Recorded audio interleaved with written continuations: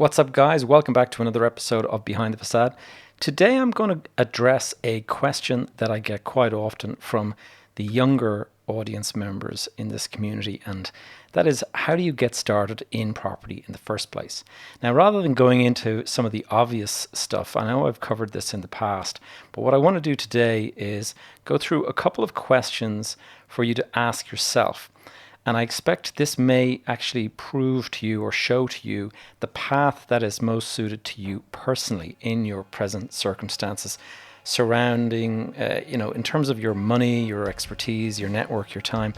I'm also going to go and outline a number of the legal considerations that you might wish to consider and just the options that are in front of you when you go down that road. So without further ado, let's jump into today's episode.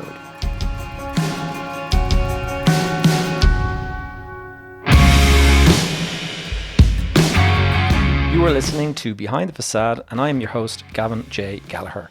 On this podcast, I explore the mental and emotional game often playing out subconsciously, both in your mind and the mind of everyone else in the real estate or property investment market. The key to success in this game is to master your mindset and your behavior, to take control of your thoughts, your emotions, and most importantly, your ego. Welcome to the show. Hello, guys and gals. It's the start of another week, and I hope you are all winning. So before I jump into the content I wanted to discuss today, I thought I'd mention a couple of things. Firstly, some of the content that I'm going to be covering today has been inspired by the free weekly training workshop that I've been hosting over on Zoom, and I've had some great feedback from the attendees. So if you'd like to drop into that, I will find you will find a link to register in the show notes below, and you'll also see the event listed in my Facebook group, which is called Behind the Facade Community. I also wanted to mention there's a couple of things that I have my eye on at the moment, and it's something that I'm just watching in terms of the property market and things that could actually impact it. And so one of the things is the China market. I've given this a fair bit of mention in recent times. Then there's also global inflation, and then there's the US stock market. And so I got to say, I remain very concerned about all three of them. And the Evergrande, if you go and look up YouTube these days, there's just endless amounts of videos on the Evergrande situation. And I did cover that myself in episode 79 of the podcast. And there's more bad news coming out of China. And I can't help but think that this is going to have some impact on the property market and what we're looking at the moment is it's kind of like a crash that's slow moving, that's kind of coming towards you and you can't really stop it. And I think it's kind of like like an oil tanker, and an oil tanker slowly drifting towards you. And like it's happening quite slowly, but you can't actually do anything about it. And that's something that I can see happening. Just Chinese property market, it impacts, it's such a huge thing. The possibilities of that going down and dragging with it, the construction industry. And, you might think that we're over here in Ireland and the UK and America, wherever you're listening from, that it's very remote. But it's such a massive, massive country, economically speaking. There was more concrete poured in China in the last 3 years than there was in the entire 100 years of the last century in the US. So that gives you an idea, just the scale that we're talking about in China. And if that was to kind of get uncoupled and kind of fall over, you are going to find that the property market could get impacted and construction market could get impacted. And so I'm just watching that, but hard to tell because there's, supply and demand in the Irish market is kind of different, and the UK it's different again, and then the US it's different again. So will it impact it? I don't know. We'll have to wait and see. The next thing that I'm watching very carefully is inflation. And I'm not just talking about in this country. I'm talking about in the US, in the UK, here in Ireland. There is just inflation is something that's starting to come more and more into my daily life. I'm noticing that filling up the car now is costing a bloody fortune. And the price of everything is going up, and price of houses is going up, petrol's going up, food's going up, everything is kind of drifting up. And also labor. I mean, on building sites and stuff at the moment, we are looking at huge increases in the amount that we're having to pay the laborers and stuff like that. And I mean, I'm not talking about a small increase. I'm talking about doubling of what we had expected to pay some of the different trades and stuff. And it just means that everything is kind of drifting up, and so that's going to have an impact, and that's going to force us probably to push our prices up as well in order to maintain the profitability that we had before. Now, what was interesting is the US Federal Reserve just came out in the last few days, and they admitted that they have gotten it wrong and that it is now much, much higher than they expected it to be. But again, they keep on saying everything's going to be fine. This is just a kind of a passing thing. But there's quite a few commentators out there now that are starting to talk differently about it. And so I do think we could be looking at interest rates increasing in the next while.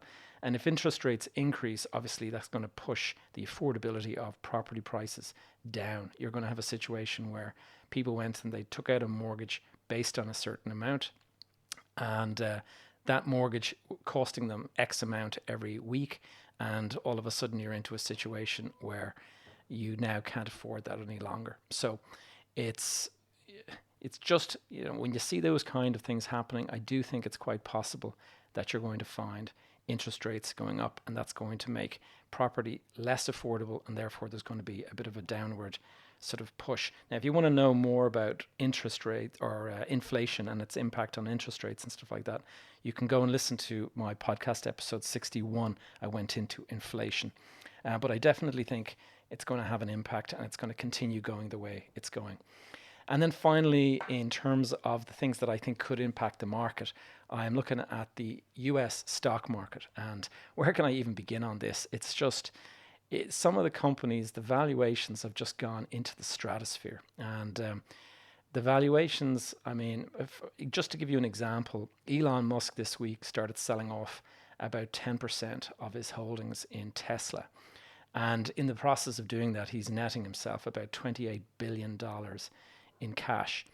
And now most of that is going to be used up in paying tax that he had due, coming on some options that actually are coming up.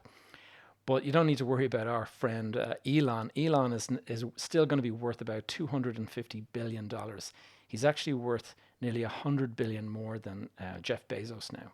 And that's just in the last year. Prior to that, he wasn't anywhere near it. And so $250 billion, a person is worth $250 billion. It's kind of insane. And that's derived from the value of his Tesla stock. And what's really interesting is that if you just have a look, I mean, I'm not going to knock the company, Tesla as a company and as a brand, it's really out there. It's really doing well.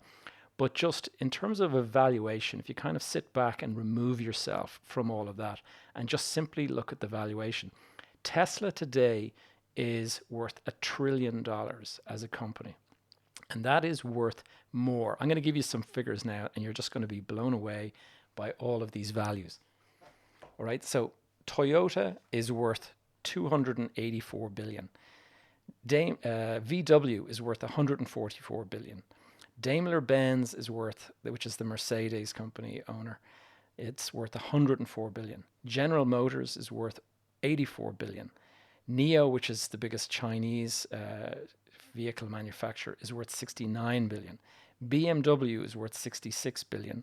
There's another company called Stellantis. I'm not sure what cars they do, but that's worth $64 billion. Ford is worth $63 billion. Ferrari is worth $45 billion.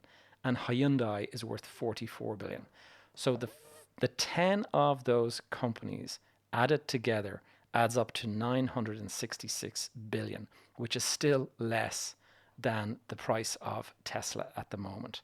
And what's actually interesting as well, if you go and look in it even more, is that in terms of the number of cars that Tesla is producing, this year it's on course to deliver something like 500,000 cars. Now compare that with Toyota. Toyota alone in this year will produce 9.5 million cars. Volkswagen will produce 9.3 million cars. And so just the first 4 or 5 of those companies are producing over 20 million cars. And yet Tesla is worth 10 times all of those car companies. When you add it all up, it just doesn't make sense. So I'm just going to speculate that I just think that it's overvalued, and there's a good chance. This feels, I'm a certain age. I can remember 2000. I can remember the dot-com bubble bursting the last time, and there is a kind of a feeling like that at the moment. And even though the housing market, property market's not connected to the stock market necessarily, and like all of these tech stocks and the valuations of them, they're not necessarily connected to the housing market, certainly not here in Ireland. You're still going to see a bit of a hit, I would have thought, if there's a crash in that market. What happens is there's a thing called the wealth effect. And the wealth effect is where you're sitting on assets that are worth a certain amount and you feel wealthy because of it. So if your house has doubled in value, you feel wealthy. If you've got shares sitting in, say, a pension fund, or if you've got shares sitting in a portfolio and they're worth, 20 times what you ever thought they'd be worth, you're going to be feeling a certain amount of wealth, and you feel like you can afford to splash out certain things. You can afford to take out loans. You can afford to buy things on credit. All of that stuff is how you feel when you're in that kind of wealth effect. And if there is a crash in the US stock market and the whole thing comes coming down, if Tesla stock falls by, say, half the price or something like that, which is possible given the current valuation, you could find a huge number of people suddenly in difficulty. And some of them will be in difficulty because they're buying shares using debt. And there's a thing called buying on margin. And when you do that, you're actually borrowing the money that you've bought the shares on. And that can really affect you. But there's also just simply the wealth effect. And if the wealth effect is starting to creep into your brain and you're starting to think to yourself, geez, I'm not actually as wealthy as I thought I would, then you're going to pull back on making certain investments. And that can actually cause the market to kind of fall back a bit. And guys will get more cautious, more conservative. And that's kind of what happens. So anyway, it's I think because of all of these things here, it's actually the perfect time to be kind of studying and learning about the property market, because when the crash does come along, and I'm sure it's going to happen, I mean, whether it's this massive crash that lasts years or whether it's a short-term blip, that's something that I can't tell you. But I do think it's a good time to be ready so that you can actually take advantage when the prices do kind of come off. And they have to. I mean, you can't have the prices just continue going up in perpetuity. Things do come down. And I saw that back in 2008 when everyone thought it was all going fine. The market crashes down, and we ended up sort of 5 or 6 years trying to recover in that case. Now, there was other markets that didn't take so long to bounce back. And so I don't think the Irish market will necessarily take years to come back if there is a kind of a falling off in the values and stuff. Anyway, let's get into today's main topic. The question I get a lot is, how do you get started in property? And it's I'm going to ask a couple of questions, and these are questions that I'm hoping will help you just figure out some of these things yourself. And first of all, I want to ask, like, what kind of property investor are you today, and what kind of property investor do you see yourself being at some time in the future? It's always good to have like a vision of what you see yourself doing, say 10, 15, 20 years from now. And so the choices are, currently, if you're considering where you're at, if you're watching this now, listening to this, you may be no property owner at all. You don't have any property at all. You would like to be one of these in the future. Number two, you might be a homeowner. So you just own your own home, nothing further, and that's where you're at the moment. Number three, I call it the accidental landlord, and that is where you have bought property in the past, say your own home, and rather than sell it when you were moving to another place, you decided to keep it or rent it out. And so that is kind of accidental landlord. You've become a landlord, but you didn't go into it as a property investor per se. The next is property investor, the standard property investor. People do buy to let, they do flips, all of this kind of stuff. It's not sophisticated. It's kind of the entry level to get into the market. Then there is property developers. Now, those are people that kind of get a slightly more complicated stuff. You're buying a piece of land, you're actually having to go through construction, you're having to go through a whole planning, hiring architects and all that. So there's more involved, and there's more profits in that kind of a thing. And then lastly, what I call are you a real estate entrepreneur? And those are people that are, I suppose it's It's a kind of a higher level, a bigger scale, and it's more complicated, more structured deals, dealing with investors, multiple banks, dealing with multiple streams of revenue, lots of different projects, lots of different sort of portfolios. If you're into that kind of thing there, you're kind of at the upper level of it, and you've got lots of different things kind of going on at multiple times. And so these are the different things that you can aim for. And some people, I've stacked those in order of, say, difficulty and complexity, but it's not intended as kind of a recommendation that you make it to the top. It's not necessarily where you want to be. A real estate entrepreneur is somebody who is kind of like completely encased in the property market. There'll be some people out there that are, say, in a different property or in a different industry or in a different profession, and they simply want to buy and have a couple of properties as a storage of wealth, or they want to just sort of have some property maybe that they'll hand on to their kids or something like that. That is a perfectly legitimate reason to kind of get into the property market. You don't need to be going in with this kind of big plans to kind of dominate the whole place. Some people will have more time than others, and so that is another form of why you would go into the property market. Some people have got, they just don't have any time, like a solicitor, for example. They work kind of long hours in offices, and therefore they just maybe buy the odd property and it's like a buy to let, and they'll just park it there and they'll collect the rent on it. Other people would have more time, and maybe they can roll up their sleeves and they can actually get into refurbishment of properties and flipping and that kind of thing. So you've really just got to decide, what area are you in? What are you looking to achieve? Are you looking to kind of go further into it and kind of get more into the sophisticated stuff? And the development is risky, and there are risks that you have to be conscious of. And so you always best to kind of start at the lower end and work your way up, because you can get that wrong and it can cost you a lot. So ask yourself, which one of those are you now and which one would you like to be in the future? Now, the next question is aimed at evaluating your core strengths as an investor. And it's an exercise that I call the MENT exercise, or the MENT exercise. And M stands for money, E stands for expertise, the N stands for network, T stands for time. And so you just got to ask yourself, those 4 criteria, which of them are you lacking in, or are you sort of looking good in? And like money, when it comes to money, a lot of people kind of think, oh, well, I've got no money at all. And so if you've got no money at all, that is going to be, that's a certain position that you're in, and you're going to have to go and find when you've got no money at all, it's going to point you in the direction of certain strategies. And the strategy might be that you go down the road of looking at for these like little or no money down deals. Also, it would also point you towards maybe trying to find a money partner or capital partner. Expertise is what you're good at, and how can you leverage that? So, for example, if you're a person who is in a trades background, if you're like a contractor or something like that, you've got expertise there that not everyone has, and therefore that is actually of value. And you may not have much money, you may not have a great network, but just those skills alone can actually be leveraged. And so there is opportunities there. Network. Sometimes people have no money or expertise or time, but they're fantastic networkers.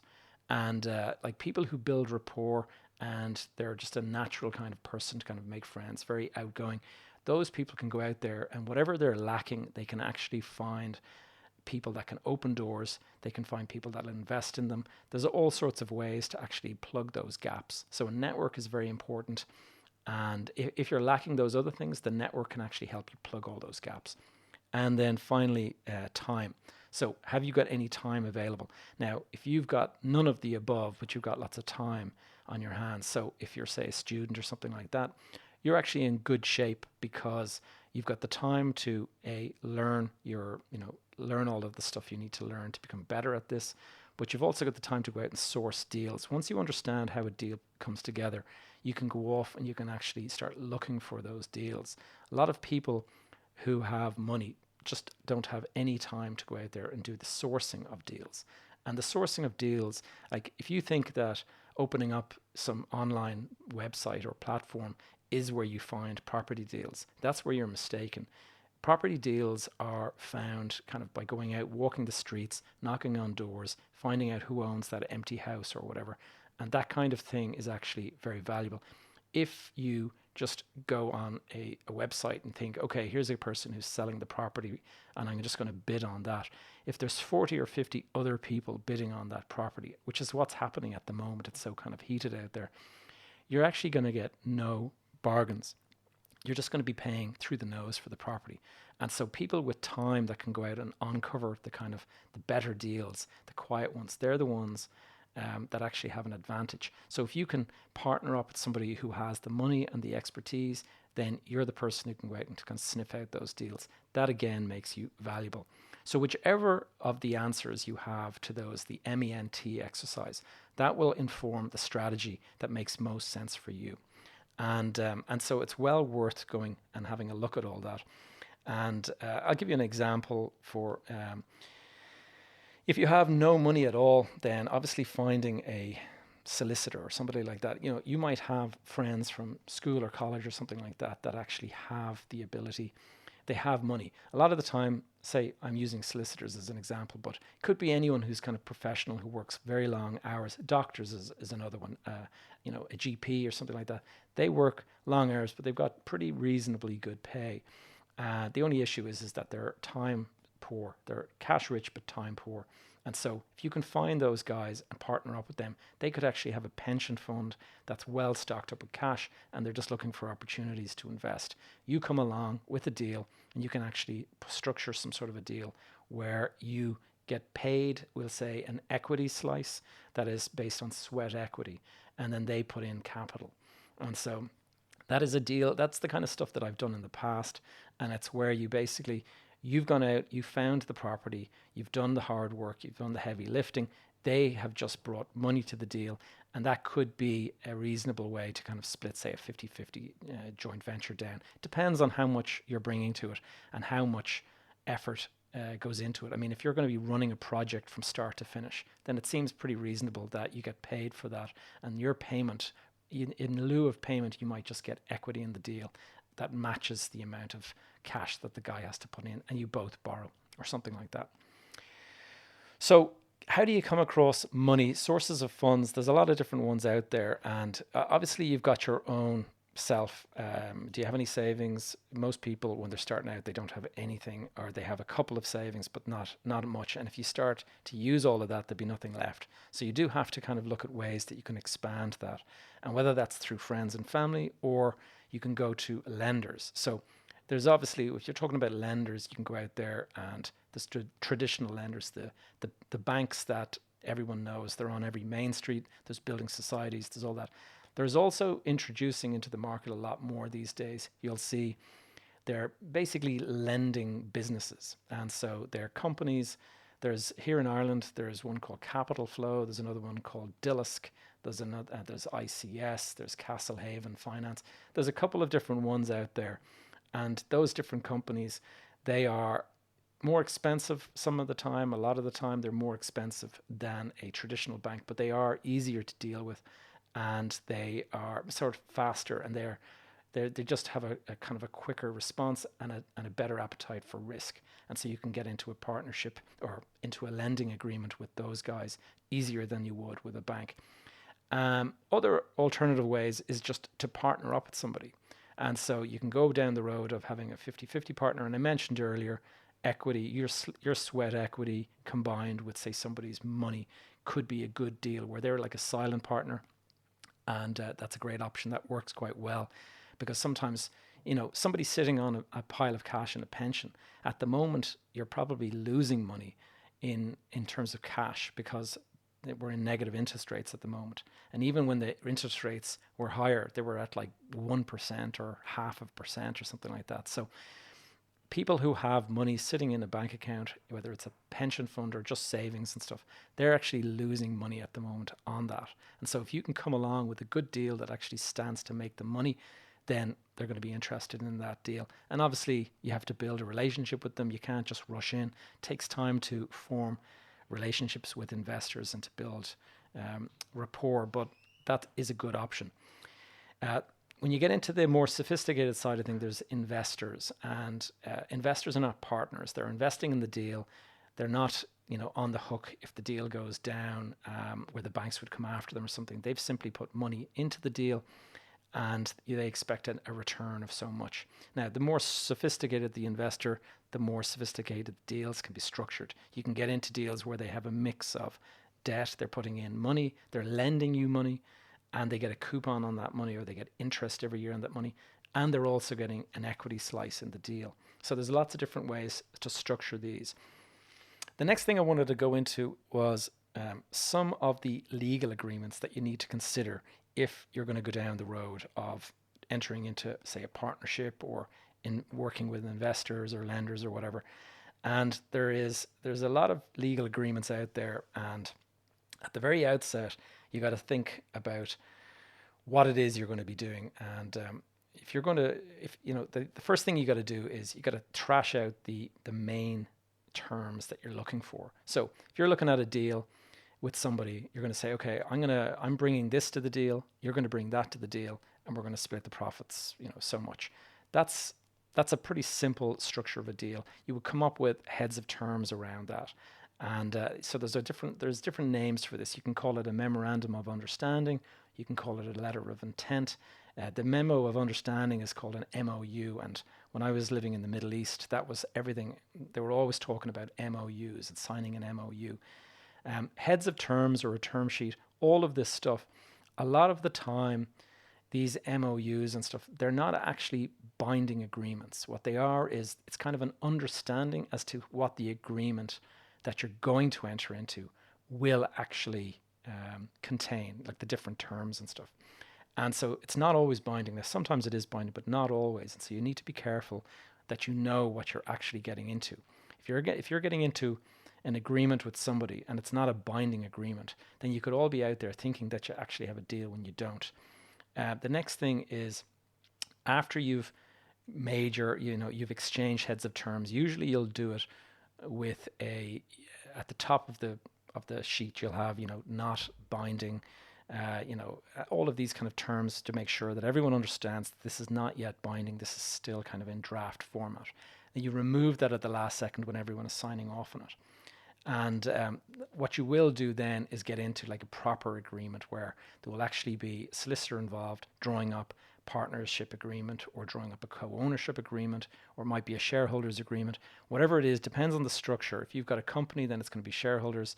If you've got a partnership, then obviously partnership is a different type of agreement.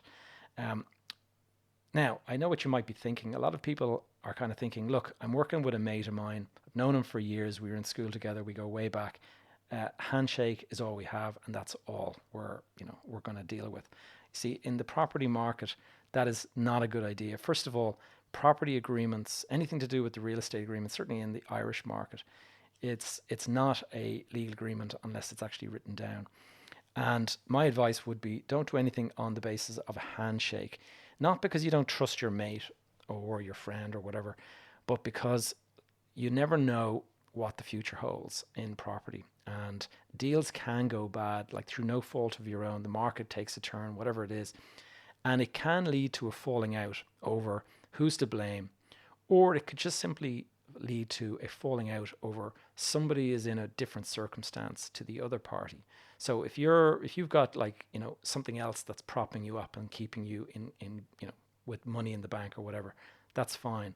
But if your partner is actually, that was the only deal he had, or that was all of his money, and now it's gone, that can actually cause all sorts of problems between you. So you do need to be careful that you draw up these agreements while everyone is in good, gets on well together, first of all, at the very, very outside of the deal, just so that nothing surprising can come along and throw the whole deal sideways. There's also things to consider, like changes of circumstances. And this can alter the dynamic in your relationship with a good friend. Let's say, for example, you and your mate, when you go in and buy a property together, you are both single, and you do the deal together, and it's throwing off a certain amount of money every week or month or whatever it is, and you're both kind of taking that money, and it's great. And while you're single, everything is fine. This is nice, and you can kind of build on that. You buy another property and you buy another property, and it grows up to a certain size. This is all great. But then let's just say, for example, your friend gets married and has a couple of kids before you do. You're still single, but he now has a wife and a couple of kids, and the kids are in school. It's all starting to cost a few quid more for him than it is for you. That can actually, it's nothing to do with having a falling out. It's simply a change of the financial circumstances that that person is under. And he may now require access to more cash, and the monthly amount that you're getting out may not be enough for him. And he might just simply say, look, it doesn't suit me anymore, this deal. I'd like to go and get my profit out of the deal. I'd like to sell, and let's go and sell the property. Now, you're a single guy, you're there, the money coming out is great. You're thinking, no way, why would I sell? Like, I want to hold on to this property, and I want to keep on, taking the cash out. So suddenly you're in a disagreement over what's happening next. And if you had done an agreement at the very beginning, the most likely that you would actually have this all sorted out, and you would have an agreement and a mechanism in place to actually do it. So if somebody wants to sell the property and the other party doesn't want to sell the property, then you have a pre-agreed mechanism that the property gets valued by one agent, and then you appoint another agent, and the two agents together come up with a price. And then if there's a massive difference between the two, then you could end up in a situation where you have like a third agent or an arbitrator that comes along. And that is one of the ways that you can do it. Now, this is one of the reasons why it's important to do this. If you don't agree on the price, you can actually get into a situation where he wants you to buy him out, and you don't want to sell, but you don't necessarily want to buy him out, because now you're going to have to take on a load of extra debt and stuff, and he needs the cash now. You're going to disagree on the price. It's not worth getting to that stage and finding that you're in this kind of situation. Now, the next thing that I want to cover is the scenario that people don't like to actually consider, but it is actually death and incapacitation. And that is an area that, most people assume that that's never going to happen. But if you and a mate get into a property deal together and you own this stuff, and if your mate dies, first of all, it's a loss that you're gonna be sad about that. But the worst thing is that when he dies, he leaves that property in an estate for his family. And whether he's married or not, or whatever the situation might be, there's going to be an executor appointed to go and actually administer that estate for his probate or whatever.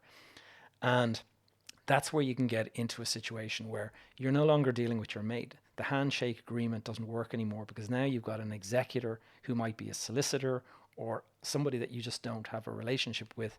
And his job is simply to get the family the best possible price for that. And it could be that he agrees, like, that's fine, we'll stay in this deal together. But they're going to be a little bit unsure because there's nothing written down. There's nothing to stop you taking advantage. Whereas your mate would have, everything would have been fine between you and your mate. When you're in a situation where you're dealing with somebody who doesn't know who you are, it's going to be altogether different. And this is where there's also issues that can arise. Now, probably the worst possible scenario is one that most people don't actually think about. And that is, it sounds like it's not as bad as death, but actually incapacitation. If you're crossing the street tomorrow and you get run down by a bus, we'll say, and you haven't been killed outright, you're actually sitting in a coma in a hospital bed somewhere. And let's say you're out for the count for a year or something like that, which has happened. And actually have a friend who went through something terrible, and it took him more than a year to kind of actually get back on his feet and actually recover consciousness and stuff. But in that situation, unless your family member has got an enduring power of attorney, and that is a power of attorney that will actually allow you to continue to allow your family member to step into your shoes and basically sign off on your behalf. You can be sitting in that hospital bed in a coma, and nothing can be done with that property. So if tomorrow there is like some sort of a stock market crash and the price of everything is starting to drop, you are sitting in the hospital bed, your partner is trying to sell the property on behalf of him and you, because he thinks this property is going to crash in value. We've got to get out now. Nothing can be done because you're incapacitated. And unless that power of attorney exists, it's called an enduring power of attorney. That is it. You're basically locked into that property until you either die or until you recover. And I've seen it actually happen where you end up in a situation where just the property, nothing can happen, nothing can be done to that property at all. And it's just, you have to just sit back and wait for the person to recover or to die. And either way, it's an awful situation to be in. So the legal agreements in place and having some sort of a power of attorney in place is just the best way to go about it. So that's the, I think that's enough for today, guys. The next week, I'm going to be getting into some of the actual agreements that commercial leases and stuff work with. And, there's a lot of different agreements when it comes to commercial property. So I'm going to go into that next week. And finally, if you found any of this helpful today, please consider joining my weekly Property Investor Roundtable, which is a group coaching that I do in Zoom. And the link is in the show notes. And you can also find it in my Facebook community. And the Facebook community is called Behind the Facade Community. All right, guys, that's the show. Catch you all back here next week. Thanks for tuning into another episode of Behind the Facade.